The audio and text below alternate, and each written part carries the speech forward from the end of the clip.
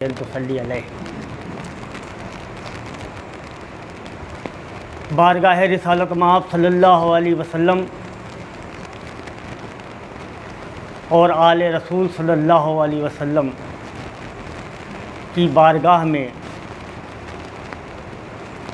زبان کا کھولنا بھی بے ادبی ہے، نہ کہ اس نفوس قدسیہ کے فضائل اور مناقب بیان کرنا ہم جیسے ناقیرہ گناہگار حقیر انسان کے بس کی بات نہیں ہے، جن کے فضائل اور مناقب میں خود رب کائنات قرآن میں ارشاد فرما رہا ہے۔ میں نے خطبہ مسنونہ کے بعد جس آیت کریمہ کی تلاوت کا شرف حاصل کیا ہے اس کا ترجمہ یہی ہے۔ اللہ تعالیٰ ارشاد فرما رہا ہے اپنے محبوب سے کہ اے محبوب آپ فرما دیجئے لوگوں سے کہ میں نے تمہارے درمیان جو تبلیغ کا کام کیا ہے اس کی میں کوئی اجرت تم سے طلب نہیں کرتا ہوں، کوئی معاوضہ نہیں طلب کرتا ہوں، سوائے اس کے کہ میرے قرابت داروں سے محبت کرو۔ اللہ چاہتا ہے کہ رسول کے قرابت داروں سے محبت کی جائے۔ رسول نے خود ارشاد نہیں فرمایا قل اسألکم، اے محبوب آپ کہیے اللہ کی طرف سے کہ جو تبلیغ تمہارے درمیان کی ہے ہم نے، جو تمہیں ہدایت کا راستہ دکھایا ہے ہم نے، جو تم کو کفر کی ظلمت سے نکال کر ایمان کی روشنی کی طرف لائے ہیں، جو تم کو انسانیت کا درس دیا ہے، جو تم کو خیر الامت بنایا ہے، اس کا معاوضہ کچھ نہیں ہے، اس کی اجرت کچھ نہیں ہے، اس کی قیمت کچھ نہیں ہے سوائے اس کے کہ میری آل سے محبت کرو، میرے قرابت داروں سے محبت کرو اور مودت کرو۔ اور جب یہ آیت کریمہ نازل ہوئی تو صحابہ اکرام کے درمیان یہ فکر پیدا ہوئی کہ قرابت دار ہیں کون، کیونکہ قبیلہ بنو ہاشم تو بہت بڑا ہے اور سرکار کا تعلق ہے قبیلہ بنو ہاشم سے، اسی لیے کچھ سادات ہاشمی لکھتے ہیں اپنے آپ کو، یہ وضاحت سمجھ لیجیے۔ تو وہ قبیلہ بنو ہاشم سے تعلق ہے اور قبیلہ بہت بڑا ہے، تو صحابہ اکرام کے درمیان یہ الجھن پیدا ہوئی کہ ہم کس سے مودت اور محبت کا اظہار کریں۔ تو سرکار کی بارگاہ میں عرض کیا، دیکھیے سرکار کی ذات اقدس جو ہے وہ قرآن کی تفسیر ہے۔ سرکار کی ذات اقدس کو سمجھے بغیر کوئی قرآن کو سمجھ ہی نہیں سکتا ہے، سرکار کی حیات طیبہ کو سمجھے بغیر کوئی قرآن کو نہیں سمجھ سکتا ہے۔ صحابہ اکرام نے بھی اس آیت کے بعد اسی بارگاہ میں اپنا سر نیاز خم کیا اور پوچھا کہ یا رسول اللہ صلی اللہ علیہ وسلم وہ آپ کے کون سے قرابت دار ہیں جن سے ہم مودت اور محبت کا اظہار کریں۔ سرکار نے فرمایا علی، فاطمہ، حسن اور حسین اور ان کے بیٹے۔ علی، فاطمہ، حسن، حسین اور ان کے بیٹے، یعنی قیامت تک حسنی حسینی سادات کے لیے بھی سرکار دو عالم صلی اللہ علیہ وسلم نے ارشاد فرما دیا، ان اہل ایمان کے لیے جو بارگاہ رسالت کی غلامی کا دعویٰ کرتے ہیں یا عشق کا دعویٰ کرتے ہیں، ان کے لیے بھی سبق دیا کہ قیامت تک حسنی حسینی سید، صحیح النسب سید، ان کے ساتھ محبت اور مودت کا معاملہ اختیار کرنا ہی پڑے گا، کیونکہ قرآن میں جو آیا ہے وہ آپ کے لیے فرض ہے، قرآن میں جو بھی حکم ہے وہ فرض ہے، تو یہ بھی فرض ہے، قرآن کا حکم ماننا ہے۔ تو اللہ تعالیٰ خود آل نبی کے فضائل اور مناقب بیان کر رہا ہے، اب انسان کے بس کی کیا بات ہے، اب اس سے بڑی کیا بات ہو سکتی ہے کہ سیرت و تبلیغ اور ہدایت کا جو کام انجام دیا سرکار دو عالم صلی اللہ علیہ وسلم نے، اس کے عوض اللہ تعالیٰ یہ چاہتا ہے کہ میرے محبوب کو اپنی امت سے اور اہل ایمان سے اس کے بدلے میں یہ ملے کہ رسول کی آل سے محبت کی جائے۔ پھر سرکار دو عالم صلی اللہ علیہ وسلم کا ارشاد گرامی ہے کہ جس نے سرکار نے حضرت امام حسن اور حضرت امام حسین کو اپنا بیٹا کہا ہے اور اسی لیے وہ ابن رسول اللہ ہی لکھے جاتے ہیں۔ کیوں کہا ہے؟ سرکار نے فرمایا کہ سارے نبیوں کی اولادیں ان کی پشت میں تھیں اور میری اولاد علی کی پشت میں ہے، حسن اور حسین میرے بیٹے ہیں۔ اور سرکار دو عالم صلی اللہ علیہ وسلم کی حدیث مبارکہ ہے کہ قیامت میں سارے لوگوں کے نسب منقطع ہو جائیں گے علاوہ رسول کریم صلی اللہ علیہ وسلم کے نسب کے. یہ بھی حدیث شریف ہے. اور سرکار دو عالم صلی اللہ علیہ وسلم نے اپنے نسب کے لیے ارشاد فرمایا ہے کہ صرف میرے نسب کے. سرکار حدیث شریف کے الفاظ یہ ہیں کہ صرف میرے نسب کے. تو آل رسول صلی اللہ علیہ وسلم کی محبت اور ان سے تعلق اور ان سے غلامی کا رشتہ جو ہے وہ ہمارے اور آپ کی نجات کا ذریعہ ہے، مغفرت کا ذریعہ ہے. لمبی لمبی نمازیں، پورے سال کے روزے، ہر سال کا حج، سب اپنی جگہ ہے، لیکن اگر دل میں محبت رسول اور محبت آل رسول نہیں ہے تو یہ سب بیکار ہو جائے گا. سرکار دو عالم صلی اللہ علیہ وسلم نے ارشاد فرمایا کہ اگر کوئی انسان کعبے کے کسی گوشے میں نماز پڑھتا ہے اور روزے رکھتا ہے اور آل رسول کا بغض اپنے دل میں رکھتا ہے تو وہ جہنمی ہے. کعبے میں نماز پڑھنے والا، روزہ رکھنے والا اگر بغض رکھتا ہے آل رسول سے تو جہنمی ہے. ثابت ہو گیا کہ ایمان کا دار و مدار جو ہے وہ محبت رسول ہے اور محبت آل رسول ہے. اور آل رسول سے محبت کرنا ہی رسول سے محبت کرنا ہے. حضرات حسنین کریمین سے عقیدت اور محبت کا رشتہ رکھنا ہی رسول سے عقیدت اور محبت کا رشتہ ہے. اس لیے کہ رسول اکرم صلی اللہ علیہ وسلم کی ذات اقدس مظہر ذات الہی ہے اور حضرت حسنین کریمین کی ذات اقدس مظہر ذات مصطفیٰ ہے. سرکار نے فرمایا حسین مجھ سے ہیں اور میں حسین سے ہوں. بات ختم ہو گئی یہاں پہ کہ اب آپ جو تعلق حضرت حسنین کریمین سے رکھیں گے وہی تعلق آپ کا بارگاہ رسالت میں ہوگا، وہی آپ کی وہاں ایک قیمت ہے. آپ کے محبت کی قیمت جو ملے گی وہ حضرات حسنین کریمین سے محبت کی قیمت آپ کو بارگاہ رسالت سے ملے گی. اور سرکار نے فرمایا کہ جو میری آل سے محبت کرے گا اس کا بدلہ قیامت کے روز میں دوں گا. اور سرکار کا بدلہ کیا ہوگا؟ شفاعت اور جنت میں بھی اعلیٰ مقام. سرکار نے فرمایا اور اس کے برخلاف اگر کوئی شخص میری اولاد سے بغض رکھتا ہے تو اس کی دونوں آنکھوں کے درمیان قیامت کے روز لکھ دیا جائے گا کہ اللہ کی رحمت سے نا امید اور جہنمی. نماز روزے کا کوئی تذکرہ نہیں ہے کہ اگر کوئی نماز نہیں پڑھے گا تو اس کی آنکھوں کے درمیان لکھ دیا جائے گا، اگر کوئی روزے نہیں رکھے گا تو اس کے درمیان آنکھوں کے درمیان لکھا جائے گا، اگر کوئی حج نہیں کرے گا تو، اگر کوئی زکوٰۃ نہیں، یہ نہیں لکھا ہے. میری آل سے جو بغض رکھے گا اس کی آنکھوں کے درمیان لکھ دیا جائے گا کہ جہنمی. ایمان کا دار و مدار محبت آل رسول اور محبت رسول. جب محبت آل رسول ہمارے قلوب میں پیدا ہوگی تبھی محبت رسول بھی پیدا ہوگی. اگر محبت آل رسول نہیں ہے تو محبت رسول کا بھی دعویٰ جھوٹا ہے. درستی پڑھیے اللہم صلی علی سیدنا مولانا محمد وعلی آل سیدنا مولانا محمد مبارک وسلم. اب سرکار دو عالم صلی اللہ علیہ وسلم کی صاحبزادگان والا تبار سے محبت کا اندازہ لگائیے. سرکار دو عالم صلی اللہ علیہ وسلم نماز ادا فرما رہے ہیں، حالت سجدہ میں ہیں. حضرت امام حسین پشت مبارک پر سوار ہو جاتے ہیں. بچے ہیں، کھیلتے کھیلتے آئے، پشت سوار ہو گئے. سرکار نے اپنے سجدے کو طول دے دیا. کافی وقت گزر گیا، سجدہ نے سجدے سے سر اقدس نہیں اٹھایا. فراغت نماز جب ہوئی تو صحابہ اکرام نے عرض کیا، دیکھیے بات کرنے کا بھی طریقہ ہوتا ہے، جانتے سب ہیں لیکن پوچھنا ضروری ہے.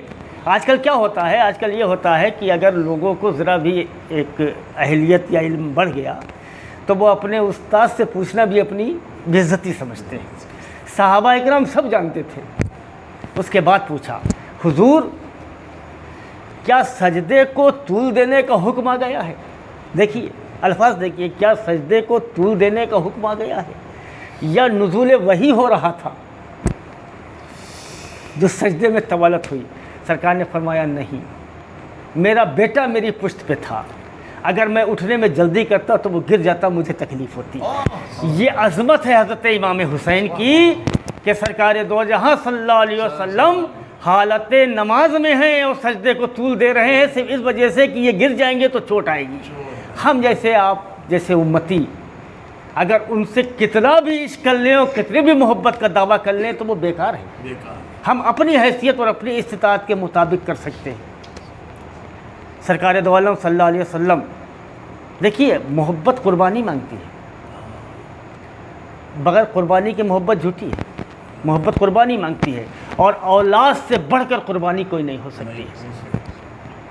دیکھیے سنیے اور حضرت امام حسین کی عظمت کا اندازہ لگائیے اور بارگاہ رسالت میں ان کی چاہت اور ان کی جو محبت تھی سرکار کی ان سے اس کا اندازہ لگائیے. سرکار دو عالم صلی اللہ علیہ وسلم حضرت بی بی فاطمہ کے کاشان اقدس میں جلوہ فرما ہیں. آپ کے آغوش میں ایک طرف حضرت امام حسین ہیں اور دوسری آغوش میں سرکار کے صاحبزادے حضرت ابراہیم رضی اللہ تعالیٰ عنہ. دونوں بچے ہیں.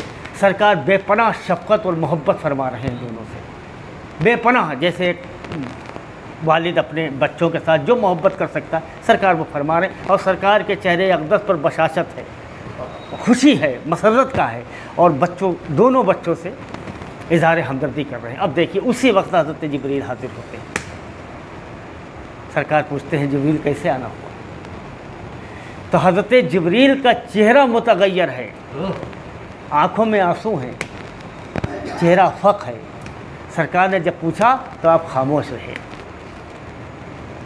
سرکار نے کہا جبریل اللہ کا پیغام ہم تک پہنچاؤ, ہم اس کی ہر بات پہ راضی ہیں.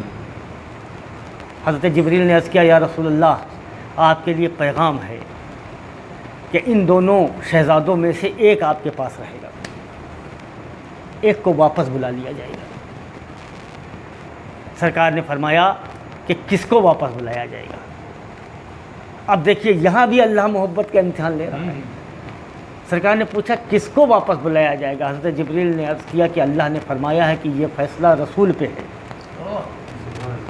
یہ فیصلہ رسول کریں گے کون واپس جائے گا. اب دیکھیے حضرت امام حسین کا مرتبہ عظمت دیکھیے اور محبت دیکھیے بارگاہ پر. سرکار فرماتے ہیں کہ اگر میں حضرت حسین کو واپس کرتا ہوں تو یہ دکھ فاطمہ برداشت نہیں کر پائے گی اور فاطمہ تکلیف میں ہوگی تو مجھے تکلیف ہوگی.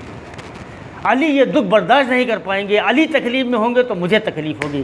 ابراہیم کا دکھ صرف میرا دکھ ہوگا, اس لیے میں ابراہیم کو واپس کرنے پہ تیار ہوں. تیسرے روز حضرت ابراہیم کا وصال ہو گیا. انا للہ و انا الیہ راجعون. دیکھیے آپ سرکار فرماتے تھے اس کے بعد جب حضرت امام حسین تشریف لاتے تھے مجلس میں, سرکار کھڑے ہو جاتے تھے اور کہتے تھے یہ میرا وہ بیٹا آ رہا ہے جس کے لیے میں نے اپنے بیٹے کو قربان کر دیا. یہ عظمت ہے حضرت امام حسین کی, یہ مرتبہ ہے حضرت امام حسین کا. ہمارا معاملہ یہ ہے کہ ہم کربلا میں شہادت تک ہی انہیں سمجھ رہے ہیں. بچپن سے آغوش رسول میں جو پلا ہے, جس کو تربیت رسول ملی ہے, اس کی عظمت کا کیا عالم ہوگا. صحابہ اکرام مجلس میں بیٹھ کر اس مقام پر پہنچ گئے کہ قرآن کی آیت نازل ہو رہی ہے کہ میرے صحابہ مانند ستاروں کے ہیں, جو ان کی اقتدا کرے گا راہ پا جائے گا, منزل پا جائے گا. اور جو آغوش رسول میں پلا ہے اس کے مرتبے کا کیا عالم ہوگا. سرکار نے فرمایا کہ میری اولاد نوح کی کشتی کی طرح ہے, جو اس میں آ جائے گا وہ پار ہو جائے گا, طوفان سے بچ جائے گا.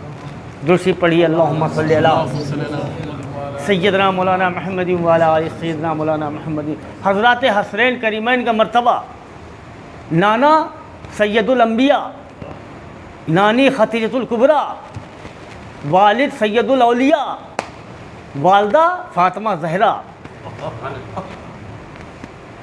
نبی کا نور, علی کا خون اور فاطمہ کا دودھ جب ایک جگہ مل جاتا ہے تو حسن و حسین پیدا ہوتے ہیں. کون مقابلہ کر سکتا ہے؟ کون عظمت کا مقابلہ کر سکتا ہے؟ قرآن کی آیت ہے سورہ رحمان کی, مرج البحرین یلتقیان بینہما برزخ لا یبغیان یخرج منہم اللؤلؤ والمرجان. ایک اہل دل مفسر نے تفسیر لکھی ہے کہ مرج البحرین سے مراد یہ ہے کہ یہ جو دو دریا ہیں, جو دو, یہ حضرت علی اور حضرت فاطمہ ہے. سبحان اللہ سبحان اللہ. اور برزخ ذات اقدس رسول اللہ صلی اللہ علیہ وسلم کی ہے.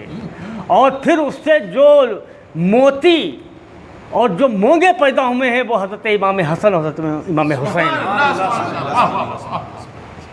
کیا مرتبہ ہے حضرت حسنین کریمین کا. حضرت عمر ایک مرتبہ مال غنیمت تقسیم کر رہے ہیں مسجد نبوی میں, سب اکٹھا ہے. حضرت امام حسن آتے ہیں، بچے ہیں، کہتے ہیں اے خلیفۃ المومنین میرا حق مجھے دیجیے۔ حضرت عمر 1000 درہم پیش کرتے ہیں۔ تھوڑی دیر کے بعد حضرت امام حسین آتے ہیں، اے امیر المومنین میرا حق مجھے دیجیے۔ حضرت عمر 1000 درہم ان کو بھی پیش کرتے ہیں۔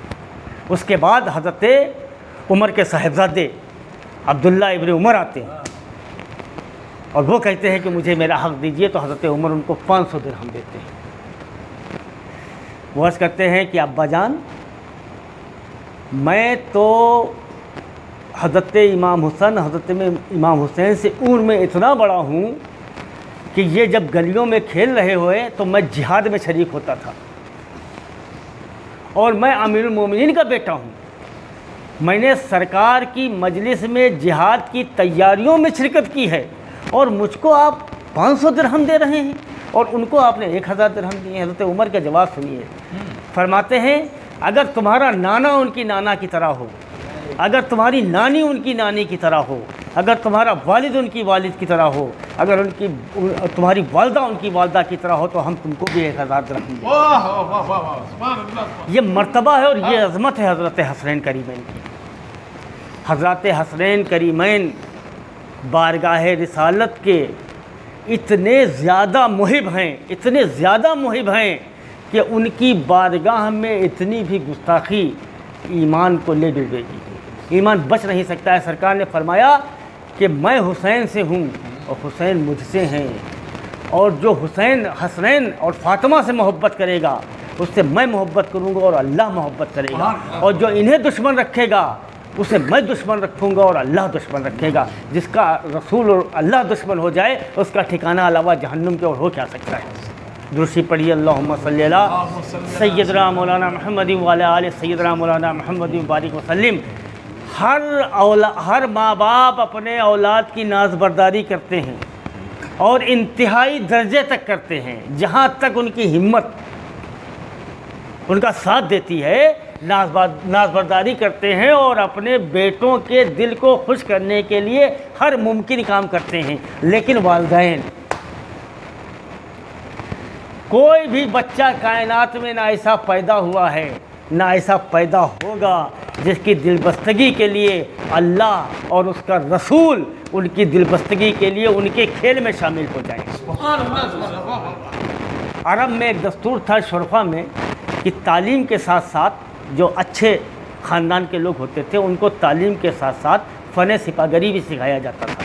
تلوار چلانا، لاٹھی چلانا، بھالا چلانا، جنگ کے معاملات کو سمجھنا، اور کشتی تو خیر ابھی تک مسلمانوں میں رائج ہے، ختم ہو گئی۔ اب ہم لوگ کھانے ہی ایسا نہیں کھاتے جو کشتی رقم ہو، وہ لوگ اپنے کر لیتے تھے۔ جو پہلے کے لوگ ہوتے تھے خوب کشتیاں لی جاتی تھی، دنگل ہوا کرتے تھے، تو کشتی بھی وہاں کے عرب کے خاندانوں میں سیکھنے کی ایک بہت ضروری چیز تھی، اور سب سیکھتے تھے۔ بچے ہیں حضرت امام حسن، حضرت امام حسین، اور کشتی لڑ رہے ہیں آپس میں۔ حضرت بی بی فاطمہ بیٹھی ہوئی ہیں اور سرکار دو عالم صلی اللہ علیہ وسلم بیٹھے ہوئے ہیں، دیکھ رہے ہیں اور مسکرا رہے ہیں۔ اور پھر درمیان کشتی سرکار حضرت امام حسن سے فرماتے ہیں کہ ہاں حسن پکڑ لو حسین کو، جیسے آپ لوگ کھیل میں کرتے ہیں، ہاں حسن پکڑ لو حسین کو۔ تو حضرت بی بی فاطمہ نے عرض کیا یا رسول اللہ، آپ بڑے سے یہ کہہ رہے ہیں کہ چھوٹے کو پکڑ لو، چھوٹے کے دل پہ کیا گزرے گی؟ سرکار مسکرائے اور فرمایا اللہ جبریل سے کہہ رہا ہے کہ حسین سے کہ حسن کو پکڑ لو۔ یعنی دونوں کے کھیل میں اللہ بھی شریک ہے، جبریل بھی شریک ہے اور رسول بھی شریک ہے۔ یہ عظمت ہے حضرت امام حسن اور حضرت امام حسین کی۔ اس عظمت کے قربان جائیے۔ سرکار نے جو ارشاد فرمایا ہے کہ فاطمہ میری جگر کا ٹکڑا ہے، جو فاطمہ کو تکلیف پہنچائے گا اس نے مجھ کو تکلیف پہنچائی، جس نے مجھ کو تکلیف پہنچائی اس نے اللہ کو تکلیف پہنچائی۔ اب اگر کوئی شخص حضرت حسنین کریمین کی شان میں گستاخی کرتا ہے یا ان کے معاملات میں اپنی عقل کو دخل دیتا ہے تو وہ تکلیف کس کو ہوگی؟ وہ تکلیف ہوگی حضرت بی بی فاطمہ کو، اور پھر حضرت بی بی فاطمہ کی تکلیف رسول اکرم صلی اللہ علیہ وسلم کی تکلیف ہے۔ اور کسی بھی ایمان والے نے اگر رسول کو تکلیف پہنچا دی تو اس کا ایمان ہی چلا گیا، ایمان ہی کہاں بچا، پھر نماز روزہ سب دکھاوا ہو گیا۔ سنیے واقعہ، سنیے اور دیکھیے واقعی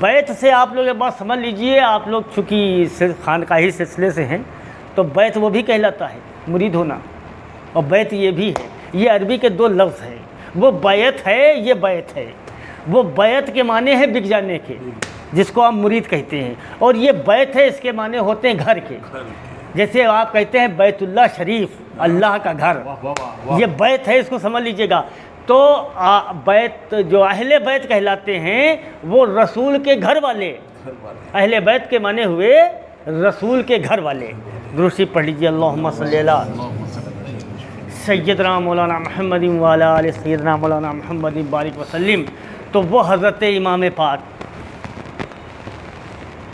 جن کو پشت رسول پر سواری کا شرف حاصل ہوا، جن کو سرکار نے اپنے دوش مبارک پر بیٹھالا، جن کی ذرا سی تکلیف سرکار کو بے چین کر دیتی تھی، جن کا رونا سرکار کو برداشت نہیں تھا، ان کی گریہ آزاری سرکار پسند نہیں کر سکتے، ان کی تکلیف سرکار سے برداشت نہیں ہوتی تھی، تو پھر وہ کربلا کا خونی منظر اور وہ جسم اقدس پر 72 زخم، اور وہ جوان بھائی اور جوان بیٹے اور 6 مہینے کے بیٹے کی شہادت، اور پھر حضرت امام حسین کی جسم اقدس کو بعد شہادت گھوڑوں سے پامال کرنا، پھر کیا سرکار دو عالم صلی اللہ علیہ وسلم نے کس طرح برداشت کیا ہوگا، اور حضرت بی بی فاطمہ نے کیسے برداشت کیا ہوگا۔ صبر کے پتلے ہیں، صبر کیا ہے اور اللہ کی مشیت پہ راضی ہیں، دوست کی رضا پہ راضی ہیں، اس لیے برداشت کیا ہے۔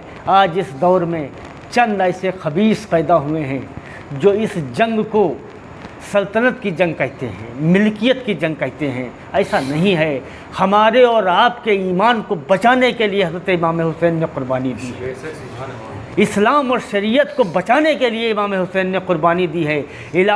امام حسین اگر بادشاہت چاہتے تو بادشاہت ان کے قدموں میں آ کے گر جاتی، امام حسین اگر دنیا کی دولت چاہتے تو وہ ان کی ٹھوکر میں تھی۔ جو کائنات کے بادشاہ کی اولاد ہو اس کو دنیاوی بادشاہت کی کیا ضرورت ہے، اس کے لیے وہ جنگ کرے گا، اس کو جنگ کی ضرورت نہیں تھی۔ یہ کربلا کی جنگ صرف امت کی فلاح اور بقا کے لیے لڑی گئی ہے، اور امت کا یہ فرض بنتا ہے کہ کربلا کے واقعے کو صرف واقعے کربلا نہ سمجھیں، بلکہ وہ ان کے لیے ایک درس ہے، ایک سبق ہے۔ اگر آپ شریعت کی پابندی کے بغیر حضرت امام حسین کی یاد مناتے ہیں تو آپ حضرت امام حسین کو تکلیف پہنچاتے ہیں۔ اگر آپ بارگاہ رسالت سے دوری کے بعد کربلا کا احترام کرتے ہیں تو آپ رسول کو تکلیف پہنچاتے ہیں۔ ہر وہ بات اپنے ذہن میں رکھیے، ہر وہ بات اپنے سامنے رکھیے جس کے لیے یہ جنگ ہوئی ہے، جس کے لیے